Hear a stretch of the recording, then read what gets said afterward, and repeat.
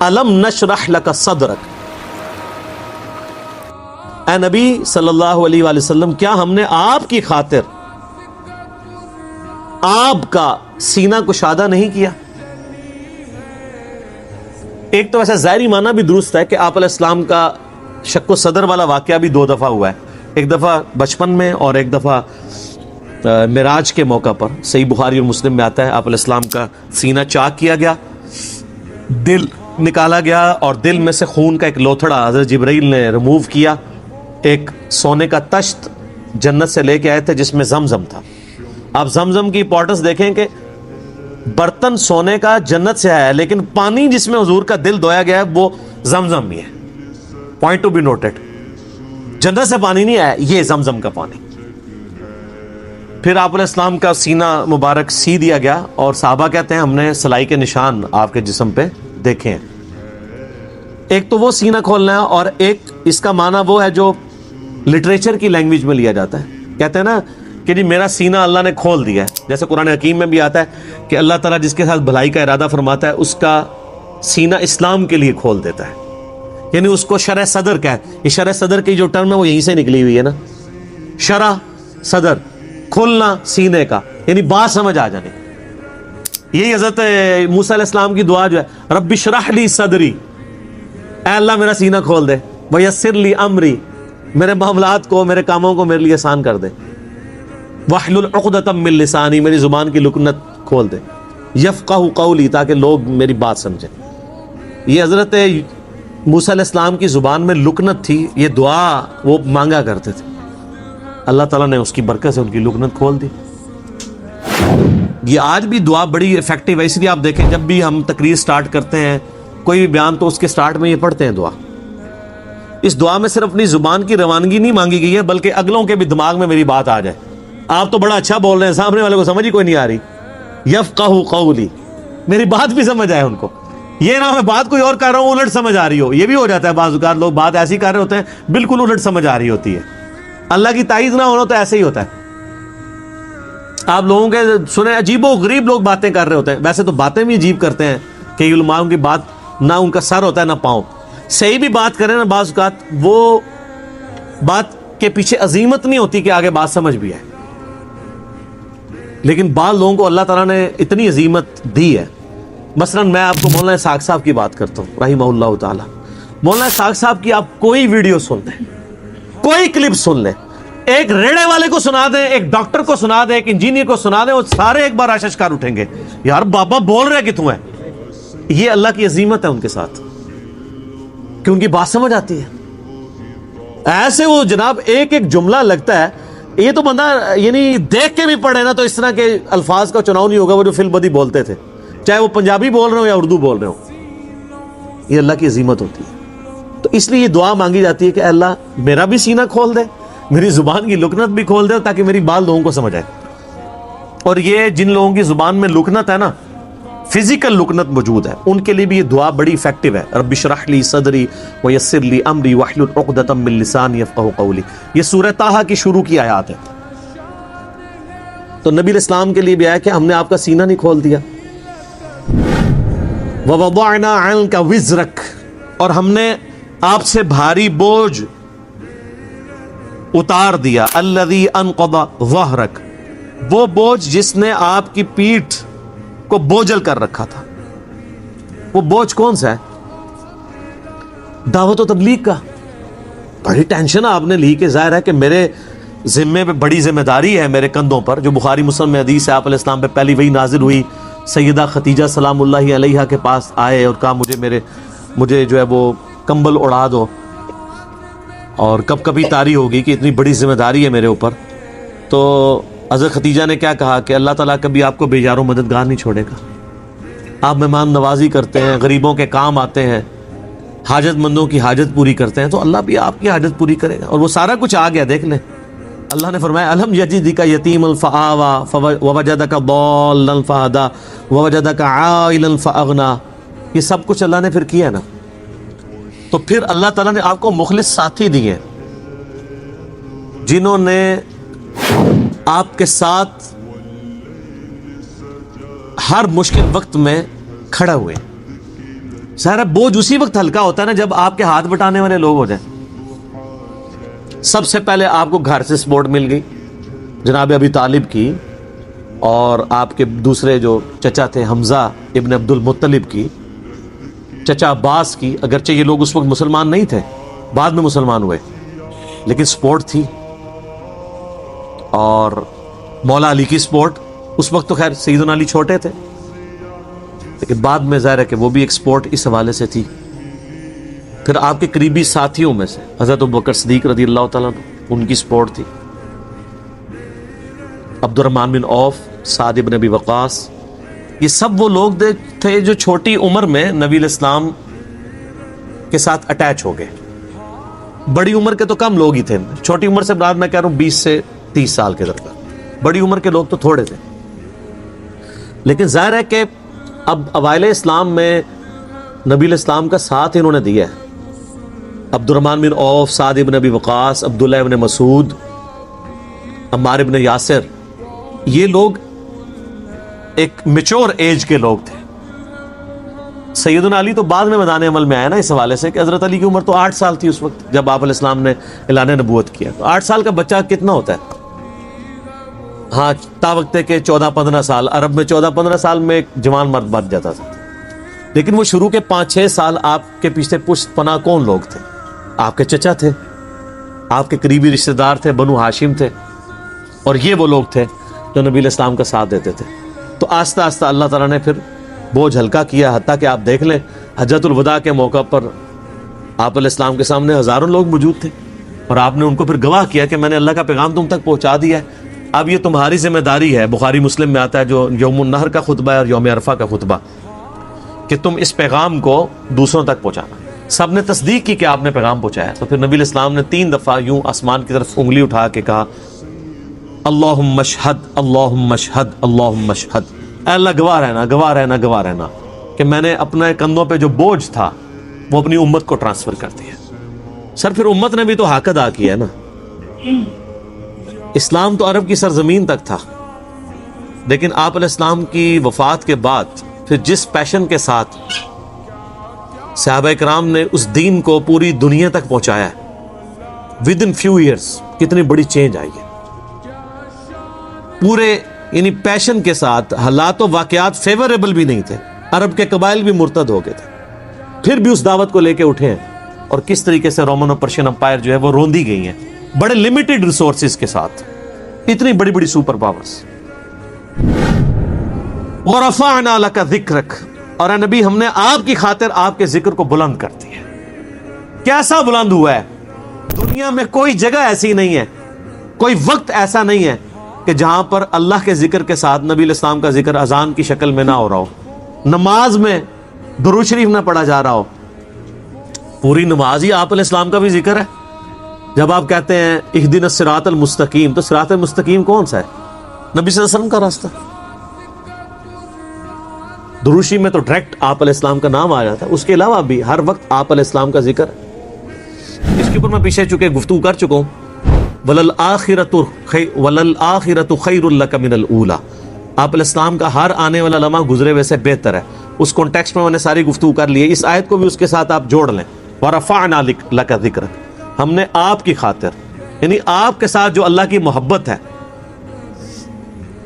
کہتا نا میں نے تیری خاطر یہ کام کیا. یہ الفاظ بڑے غور طلب ہیں. ایک تو یہ بھی ہو سکتا تھا کہ اے نبی ہم نے آپ کا ذکر بلند کیا، نہیں، وَرَفَعْنَا لَكَ، ہم نے بلند کیا تیری خاطر تیرا ذکر، یعنی جو تیرا اور میرا تعلق ہے اس تعلق کی وجہ سے ہم نے آپ کے ذکر کو بلند کیا. سورہ النساء میں بھی آتا ہے نا، اے نبی مجھے تیرے رب ہونے کی قسم. یہ اس وقت تک مومن نہیں ہوں گے جب تک کہ ہر فیصلے میں تمہیں حاکم نہ مان لیں اور پھر دل سے اس کو تسلیم بھی کر لیں. یہ نہیں ہے کہ اوپر سے صرف فیصلہ مانے، دل میں بھی اگر حرج پائیں گے نا تو مومن نہیں ہوں گے. وَيُسَلِّمُ تَسْلِيمًا، سر تسلیم آپ کے سامنے خم نہ کرتے جائیں. فَإِنَّ مَعَ الْعُسْرِ يُسْرًا إِنَّ مَعَ الْعُسْرِ يُسْرًا، پس ہر مشکل کے ساتھ آسانی ہے، بے شک ہر مشکل کے ساتھ آسانی ہے. ایک ہی آیت کو 2 دفعہ ریپیٹ کیا، یہ بڑی اہم ترین آیت ہے. ہر مشکل کے ساتھ آسانی ہے. ایک معنی اس کا یہ ہے کہ مشکل آئے گی چلی جائے گی، پھر آسانی کا وقت بھی آ جائے گا۔ دیکھیں نا، ایک وہ وقت تھا کہ آپ علیہ السلام رات کے اندھیرے میں مولا علی علیہ السلام کو اپنے بسترے پر لٹا کر امانتیں سپرد کر کے جا رہے ہیں حضرت ابوبکر کو ساتھ لے کر غار ثور میں، پھر اس سے آگے۔ اس وقت آپ علیہ السلام نے کیا کچھ آپ کے دل پہ خیال آ رہا ہوگا کہ میری قوم نے مجھے اس طریقے سے نکال دیا، لیکن اللہ تعالیٰ نے اسی قوم کی طرف فاتح بنا کر آلموسٹ 8 سالوں کے بعد آپ کو مکے کے اندر انٹر کروایا۔ وَلَلْآخِرَةُ خَيْرٌ لَكَ مِنَ الْأُولَى، آنے والا لمحہ گزرے ہوئے سے بہتر ہوگا۔ یہ سورہ یوسف میں اللہ تعالیٰ نے اسی کی طرف ہی تو اشارہ کیا تھا کہ یوسف علیہ السلام کے بھائیوں نے بڑا برا سلوک کیا تھا، لیکن ایک وقت آیا کہ بھائی سارے سامنے تھے اور وہ یوسف علیہ السلام اتنی بڑی پوسٹ پہ تھے، بدلہ لے سکتے تھے، لیکن کہا لا تثریب علیکم اليوم، آج تم پہ کوئی گرفت نہیں۔ اور فتح مکہ کے موقع پر نبی علیہ السلام نے بھی سب کو معاف کر کے وہی آیت تلاوت کی جو حضرت یوسف علیہ السلام نے کی تھی، لا تثریب علیکم اليوم، آج تم پہ کوئی گرفت نہیں۔ حتیٰ کہ ہند کو بھی معاف کر دیا، معافی قبول کر لی۔ یہ آپ علیہ السلام کی شفقت تھی۔ جانی آپ کے جو دشمن تھے، یہ دنیا میں کبھی کسی نے یہ وقت نہیں دیکھا کہ ایک شخص اتنا بڑا فاتح بن کے واپس آیا ہو جس کے ساتھ اس کی قوم نے اتنا برا سلوک کیا ہو اور موقع ملے اور وہ سب کو معاف کر دے۔ یہ ایک نبی کا ہی جگرا ہو سکتا ہے، ٹھیک ہے؟ تو اللہ نے فرمایا ہر مشکل کے بعد آسانی آ جائے گی۔ یعنی نبی علیہ السلام کو یہ دین کی تبلیغ میں مشکل وقت آ رہا ہے، لیکن اس کے بعد عنقریب آسانی۔ پھر آسانی دیکھیں نا، فتح مکہ کے بعد پھر آیات نازل نہیں ہوئی ہے، اذا جاء نصر اللہ والفتح ورأیت الناس يدخلون فی دین اللہ افواجا، ایسی فتح دی ہے کہ لوگ گروہ در گروہ آپ کے دین میں داخل ہو رہے ہیں۔ فسبح بحمد ربک واستغفر، اب آپ اپنے رب کی حمد بیان کیجئے، استغفار کیجئے، بے شک وہ بخشنے والا مہربان ہے۔ یعنی اب آپ یکسو ہو جائیں اللہ کی طرف، اب معاملات آسانی کی طرف جائیں گے۔ کہ مشکل جب آپ گزار رہے ہوتے ہیں نا، اس کے ساتھ آپ کے لیے آسانی بھی چل رہی ہوتی ہے، اللہ تعالیٰ صبر دیتا ہے۔ اس مشکل کے ساتھ اللہ تعالیٰ اس طرح آپ کا ایکسپیرینس کرواتا ہے کہ مشکل آپ جھیل رہے ہوتے ہیں لیکن آسانی بھی ساتھ فیل کر رہے ہوتے ہیں۔ جس طرح کہ غزوہ بدر کے موقع پر ہوا، اللہ تعالیٰ نے مسلمانوں پہ اونگ طاری کر دی، مشکل وقت تھا، ریسورسز کم تھے، خطرہ تھا، خطرے میں کہاں نیند آتی ہے؟ حتیٰ کہ بخاری مسلم میں آتا ہے صحابہ کرام کہتے ہیں ہماری ہاتھوں سے تلواریں بھی چھوٹ جاتی تھی، ایسی نیند کا غلبہ۔ نیند آ جائے تو یہ تو اللہ کی طرف سے ایک امن کی نشانی ہوتی ہے نا، تھکاوٹ اتر جاتی ہے۔ پھر غزوہ احد کے موقع پر کیسی آئی؟ قرآن میں اللہ تعالیٰ فرماتا ہے کہ ہم نے تمہیں غم پر غم دیا۔ نبی علیہ السلام کی وفات کی خبر مشہور ہو گئی، افواہ، تو جو لوگ زخمی بھی تھے ان کو اپنی تکلیف بھول گئی حضور علیہ السلام کے غم کی وجہ سے۔ مشکل کے دوران بھی اگر آپ اللہ کی طرف توجہ رکھیں، ان اللہ مع الصابرین، اللہ صبر کرنے والوں کے ساتھ ہے، تو اس کے اندر بھی آسانی چھپی ہوئی ہوتی ہے۔ اور مسلمان کی مشکل میں آسانی یہی ہے کہ آپ کا اللہ کے اوپر یقین ہو کہ یہ تکلیف اللہ کی طرف سے آئی ہے، اللہ ہی کی طرف لوٹ جائے گی۔ تو ہم یہی تو کہتے ہیں انا للہ و انا الیہ راجعون۔ صحیح مسلم میں حدیث ہے، ام سلمہ کہتی ہیں کہ میں نے نبی علیہ السلام سے یہ حدیث سنی تھی کہ جو شخص مشکل اور پریشانی میں یہ دعا پڑھ لے، انا للہ و انا الیہ راجعون، بے شک ہم بھی اللہ کی طرف سے ہیں، ہم نے بھی اللہ کی طرف چلے جانا ہے، یہ تکلیف بھی اللہ کی طرف سے آئی، اللہ کی طرف چلے گی۔ اللہم اجرنی فی مصیبتی، اے اللہ مجھے اس مصیبت میں اجر دے، واخلف لی خیرا منہا، اور تو بہتر خلیفہ بن جا میرے لیے، اس کے لیے اس سے بہتر نعم المدل میرے لیے کر دے۔ تو کہتی ہیں کہ میرا خاوند جب ابو سلمہ فوت ہوا تو میں نے یہ دعا پڑھ لی، اور پھر میں سوچتی تھی کہ ابو سلمہ جیسا تو کوئی صحابی نہیں ہے حضور کے اصحاب میں سے، تو مجھے اس سے بہتر خاوند کیسے ملے گا؟ تو جب میری عدت پوری ہوئی تو نبی صلی اللہ علیہ وسلم نے پیغام نکاح بھجوا دیا، تو مجھے دعا کا اجر دنیا میں مل گیا۔ اور ام سلمہ حضور کی وہ بیوی ہیں جو سب سے آخر میں فوت ہوئی ہیں، واقعہ کربلا کے بھی 2 سال بعد فوت ہوئی ہیں، یہ اس وقت تک زندہ تھی ام سلمہ سلام اللہ علیہا ورضی اللہ تعالی عنہا علیہ السلام۔ تو یہ دعا آپ یاد رکھیں، میرے یوٹیوب پہ کلپ ہے، مصیبت کی خبر کو خوشی میں بدلنے والی دعا، اللہ تعالیٰ بہتر نعم البدل دے دے گا۔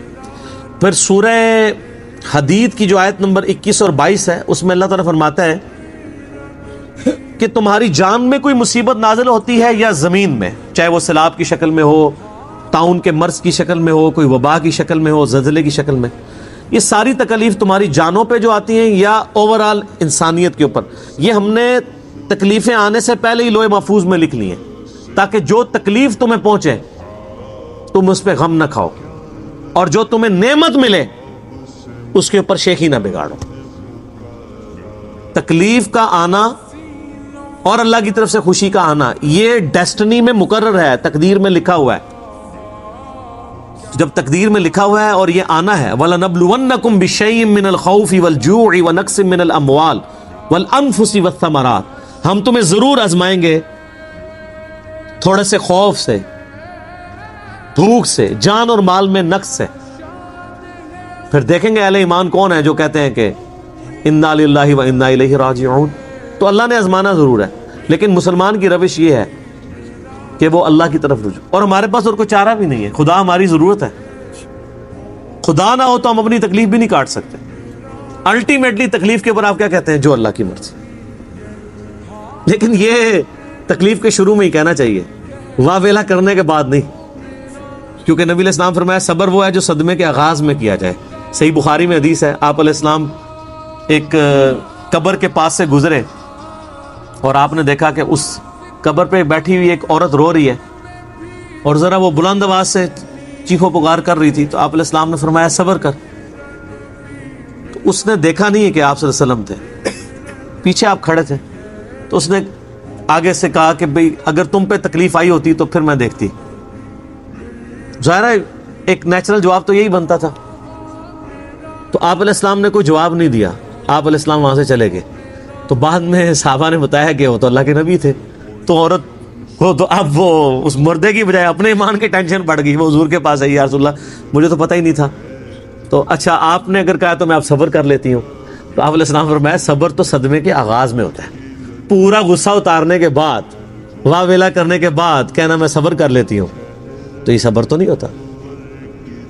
اور یہاں پہ بھی لوگ یہی کرتے ہیں، چیخو پکار کرتے ہیں اور اس کے بعد کہتے ہیں ہم صبر کر لیتے ہیں، اور پھر بسا اوقات جوان میت کے اوپر اس طرح کے الفاظ استعمال کیے جاتے ہیں کہ وہ میت کیا گئی، ایمان بھی اس گھر سے رخصت ہو جاتا ہے۔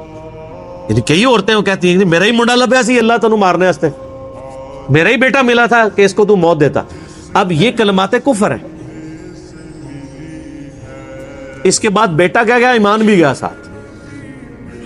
اسی لیے اسلام میں نوحہ کرنے سے منع کیا گیا ہے۔ ایک تو نوحہ وہ ہے نا کہ آپ کسی کے لیے کوئی تعریفی کلمات کہہ لیں مرنے کے بعد، وہ تو آپ کہہ سکتے ہیں، وہ ایک معاملہ علیحدہ ہے۔ ایک یہ کہ چیخو پکار کر کے آپ جو ہے وہ ایک جاہلیت والے ایٹیچیوڈ کے ساتھ نوحہ کرتے ہیں، تو وہ نوحہ تو اسلام میں جائز نہیں ہے۔ بخاری مسلم میں کتنی احادیث ہیں کہ آپ علیہ السلام نے اسے زمانہ جاہلیت کی طرف منسوب کیا، اور خصوصاً عورتوں کے لیے فرمایا کہ وہ ایسی عورت اگر بغیر توبہ کے مرے گی تو اسے قیامت والے دن گندک کی قمیض پہنائی جائے گی، والعیاذ باللہ تعالی۔ اور مسلم شریف میں ایک حدیث ہے کہ میری امت کبھی جاہلیت کے 4 کام نہیں چھوڑے گی۔ نمبر 1 حسب و نسب پہ فخر کرنا، نمبر 2 دوسروں کے نسب کے اوپر تان کرنا، نمبر 3 ستاروں کے ذریعے بارش اور یہ باقی معاملات کو لے کے چلنا، اور نمبر 4 نوحہ کرنا مصیبت و پریشانی کے وقت۔ تو ہر مشکل کے ساتھ آسانی جڑی۔ فَإِذَا فَرَغْتَ فَانْصَبْ، تو اے نبی علیہ السلام جب آپ فرائض نبوت سے فارغ ہو جائیں گے تو پھر آپ اس وقت اللہ کی ریاضت میں مشغول ہو جائیے گا۔ وَإِلَىٰ رَبِّكَ فَارْغَب، اور اپنے رب کی طرف راغب ہو جائیے گا۔ اصل میں اس میں اشارہ یہ ہے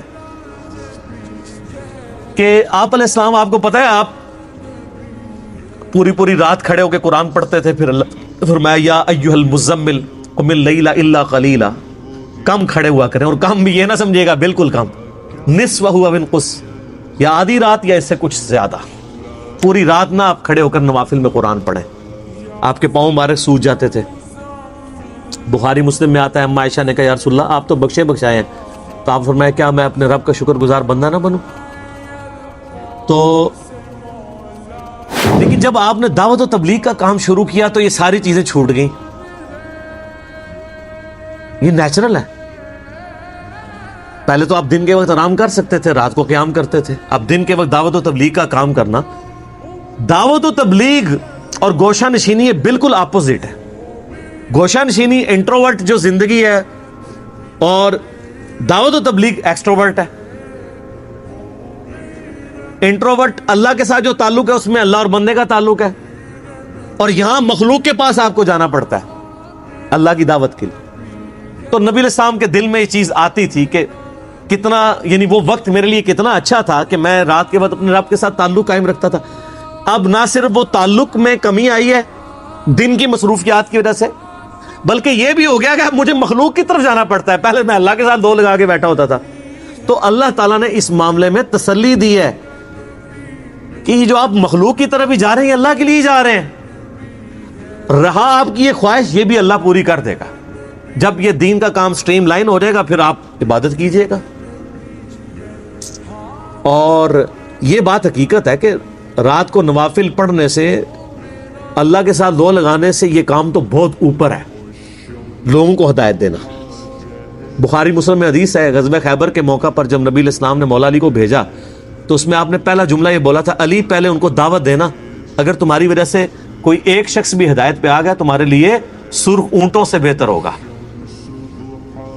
آپ کی وجہ سے ایک شخص ہدایت پہ آ جاتا ہے نا, آپ پوری زندگی بھی روزانہ 1000 نفل پڑھتے رہے, وہ اس کے برابر نہیں ہو سکتی چیز. جو ایک بندے کو, آپ ایک بندے کو نہیں, اس کی پوری نسل کو دوزخ سے بچا کے جنت تک لے جاتے ہیں. اللہ کو تو اس بات کی خوشی ہے, اور یہ کام پیغمبروں والا ہے. تو اس کے لیے ایکسٹروورٹ ہونا پڑتا ہے, اور یہ حقیقت بات ہے. یہ پیرلل میں دونوں چیزیں چلنا مشکل ہو جاتی ہیں, اور بعض لوگ اس کی وجہ سے دعوت و تبلیغ کا کام بھی چھوڑ دیتے ہیں. دعوت و تبلیغ کے کام میں مصیبت بھی بہت بڑی ہے. لوگوں کی آپ کو تکلیفیں اٹھانی پڑیں گی, لوگ آپ پہ تانے کریں گے, لوگ آپ کو مارنے پیٹنے پہ بھی اتر آئیں گے, آپ کے اوپر کامنٹس بھی پاس کریں گے, گھر والوں سے آپ کو جو ہے وہ تکلیف اٹھانی پڑیں گی, ڈانٹ پلائیں گے سارے کہ تو کیڑے پاسے لگ گئے. جبکہ آپ اکیلا رات کو کھڑے ہو کے روزانہ 10 پارے پڑھتے رہے, نہ محلے والوں کو کوئی فکر ہوگی آپ کی کہ یہ کس طرف لگ گیا ہے, نہ آپ کے گھر والوں کو ہوگی. لیکن آپ اسی محلے میں نکل کے لوگوں کو کہیں گے یار یہ کتاب و سنت کی طرف آ جاؤ, قرآن کا راستہ اختیار کرو, شرک چھوڑ دو, برے کام چھوڑ دو, نماز پڑھا کرو, تو سب کو فکر لگ جائے گی آپ کی. اس سے بھی بڑھ کے آپ بے نمازی ہو, آپ کو کسی نے نہیں کہنا نماز پڑھو, لیکن آپ نماز میں رفع دین شروع کر دیں تو بے نمازی بھی آپ کو سمجھانا شروع کر دیں گے, اور تو کیڑے پاسے لگ گئے ہیں. فرق دیکھا آپ نے؟ یہ یعنی ان کے گمراہ ہونے کے لیے اتنا ہی کافی ہے کہ وہ بے نمازی جو خود نماز نہیں پڑھتے, اگر کوئی سنت کے مطابق نماز شروع کر دے اس کو سمجھانے لگ پڑتے ہیں, اور جب وہ نماز نہیں پڑھ رہا تھا اس کو کوئی نہیں آ کے سمجھاتا کہ تو نماز نہیں پڑھتا, اور اگر وہ پڑھنا شروع کر دے سنت کے مطابق تو سارے بے نمازی بھی سمجھانا شروع کر دیتے ہیں. اس سے آپ اندازہ لگا لیں کہ دعوت و تبلیغ کا کام بہت مشکل کام ہے. یہ تو آپ کو آگے جا کے پھر سمجھ آئے گی نا, جب سورۃ العصر شروع ہوگی تو اللہ تعالیٰ نے اس کو اوبلیگیٹری رکھا ہے. یہ خالی ڈنگ ٹپاؤ کام نہیں ہے, یہ جنت میں جانے کے لیے 4 بنیادی شرائط ہیں. الا الذین آمنوا وعملوا الصالحات, یہ تو سارے پوری کر رہے ہیں. اصل شرائط اگلی 2 ہیں, وتواصوا بالحق, حق بات کی تلقین کرنی ہے, وتواصوا بالصبر, پھر پھینٹی لگے گی صبر کرنا. یہ پھر آپ کو پھر حسینی بننا پڑے گا. اس کے لیے آپ دیکھ لیں پوری دنیا سے لوگ حج کرنے آ رہے ہیں, اور حسین علیہ السلام حج کے دنوں میں حج چھوڑ کے کوفے جا رہے ہیں. کیوں؟ ان کو پتا تھا یار یہ حج تو بڑے آسان ہے, جو کام میں کرنے کے لیے جا رہا ہوں وہ کام امت لیول کا کام ہے, وہ اس حج سے بڑھ کر. تو وہ بظاہر لوگوں کو حج اور عبادتیں بڑی نظر آ رہی ہوں گی, اور حج کے دنوں میں وہاں سے چھوڑ کے جانا یہ معیوب لگ رہا ہوگا. لیکن جن کو دین کی یعنی اصل روح کا پتہ ہوتا ہے, ان کو پتہ ہوتا ہے کہ دعوت و تبلیغ کا کام, اعلان حق کرنا, جابر حکمران کے سامنے کلمات حق بلند کرنا, یہ سید الشہداء, اسی لیے تو ہم کہتے ہیں. مسند الحاکم کی حدیث ہے سید الشہداء حمزہ ابن عبد المطلب ہے, اور وہ شخص بھی سید الشہداء ہے جو جابر حکمران کے سامنے کلمہ حق بلند کرے اور اسے قتل کر دیا جائے. اسی حدیث کے تحت ہم حضرت حسین ابن علی کو سید الشہداء کہتے ہیں، اور صرف حسین ابن علی نہیں، قیامت تک سید الشہداء چلیں گے۔ جن جن لوگوں نے اپنے اپنے زمانے میں کلمہ حق بلند کیا اور ان کو قتل کیا گیا، وہ سب سید الشہداء ہیں۔ امام حنیفہ رحمہ اللہ سید الشہداء ہیں، قاضی القضاء کا عہدہ قبول نہ کرنے کی وجہ سے، حکمرانوں کے خلاف بغاوت کرنے پر سیدنا نفس زکیہ علیہ السلام کو فتویٰ دینے پہ، کربلا کے بعد ایک اور کربلا بھی ہوئی ہے، اس میں حضرت نفس زکیہ تھے، حضرت حسن ابن علی کی اولاد میں سے، ان کے حق میں امام حنیفہ نے فتویٰ دیا تھا، اس کی پاداش میں امام حنیفہ کو بھی جیل کاٹنی پڑی اور زہر کا پیالہ پینا پڑا۔ سید الشہداء ہیں۔ امام نسائی رحمۃ اللہ علیہ ناسبیوں کے خلاف انہوں نے خصائص علی کتاب لکھی، مولا علی کے فضائل پہ 194 احادیث، شہید کر دیا گیا۔ سید الشہداء ہیں۔ سید الشہداء قیامت تک رہیں گے، حتیٰ کہ صحیح مسلم میں حدیث ہے، جو دجال کے خلاف وہ مؤمن کھڑا ہوگا جسے 2 ٹکڑے جس کے دجال کرے گا، وہ اپنی اس وقت زمانے کا سب سے بہترین شہید ہوگا۔ 2 ٹکڑے کروا کے بھی دجال جب اسے زندہ کرے گا، کہے گا اب میرے پہ ایمان لا، میں تیرا خدا ہوں، وہ کہے گا نہیں تو دجال ہے، میرے نبی کی حدیث مجھے پہنچی ہے، تو دجال ہے۔ تو جو قرآن و حدیث کو ماننے اور شعبتوں سے متاثر نہ ہو، جسے آپ کرامتیں کہتے ہیں، وہ ہوتا ہے سید الشہداء۔ اور جڑی گل ویکھے اتھے ہی ڈگ پوے تو وہ سید الجہلاء ہوتا ہے وہ۔ ٹھیک ہو گیا؟ اللہ تعالیٰ سے دعا ہے کہ جو حق بات میں نے کہی، اللہ تعالیٰ ہمارے دلوں میں راسخ فرمائے۔